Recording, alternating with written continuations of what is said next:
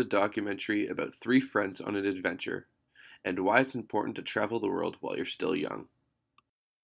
So I've been friends with Jacob Langford for a really long time, and he introduced me to Nolan actually through them playing hockey, and then we all became really tight. And then we grew up a little bit together, started getting close to the end of high school, and we decided we wanted to do something special. What led me to coming down to Toronto is I took a year off high school. I graduated. I didn't know what I wanted to do. I was working a pretty crappy job full-time as a grocery store stock boy, I guess you could say. And I traveled Europe with my two best friends. I was working a pretty crappy job full-time as a grocery store. That showed me that I wanted to be into the sports world, and I applied to Humber. I got in, and now I'm downtown going to Humber for sports management. Back in grade 11, Jay told us that he had family in France, which I didn't actually realize until up to that point, really.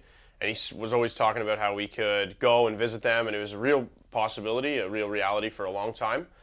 Eventually, it expanded out to be a lot bigger than just France. We thought, when we're over there, why not see it all rather than just going to one country. The boys traveled So over 10 different countries throughout We Europe. went to Belgium, we went to Spain, into Amsterdam, and then we went up north to Denmark. we went to Sweden, we went to Germany, We went to England, that's where we landed, and then we went to France. we went to Poland, we went to Czech Republic, and we went to Hungary. We went to Croatia, where Jay left a little early. We went to Croatia, where Jay left a little And early. then it happened. The only day that we actually all ate 3 different things was this day, which is oddly enough. So me and Jacob realized that Nolan was actually really sick, and we didn't know what to do. He couldn't keep down water, he couldn't keep down anything.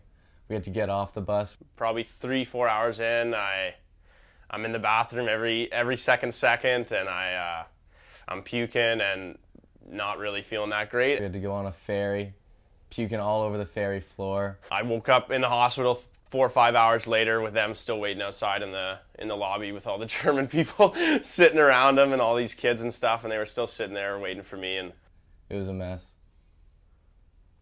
I just really learned that it's good to keep good people around you, and it's better to have good friends and people who are gonna do anything for you than do nothing, right? So my 5-year plan is to finish my music industry arts program that I'm taking right now at Centennial College. It's a 3-year program. Hopefully continue to live in Toronto with Liam and Scott. Gonna love living in Toronto, meeting new people and experiencing that. And then hopefully some more traveling with the Euroboys Part 2. The Euroboys and myself are looking to travel Canada, see some of our own land rather than going overseas, and get a van and drive around for a month or two and see how long we can. People, let me tell you about my Always gotta stick best together. friend. He's a warm-hearted person who loved me till the end. A special thanks goes to Liam Slingerland and Nolan Blake for letting me tell their story.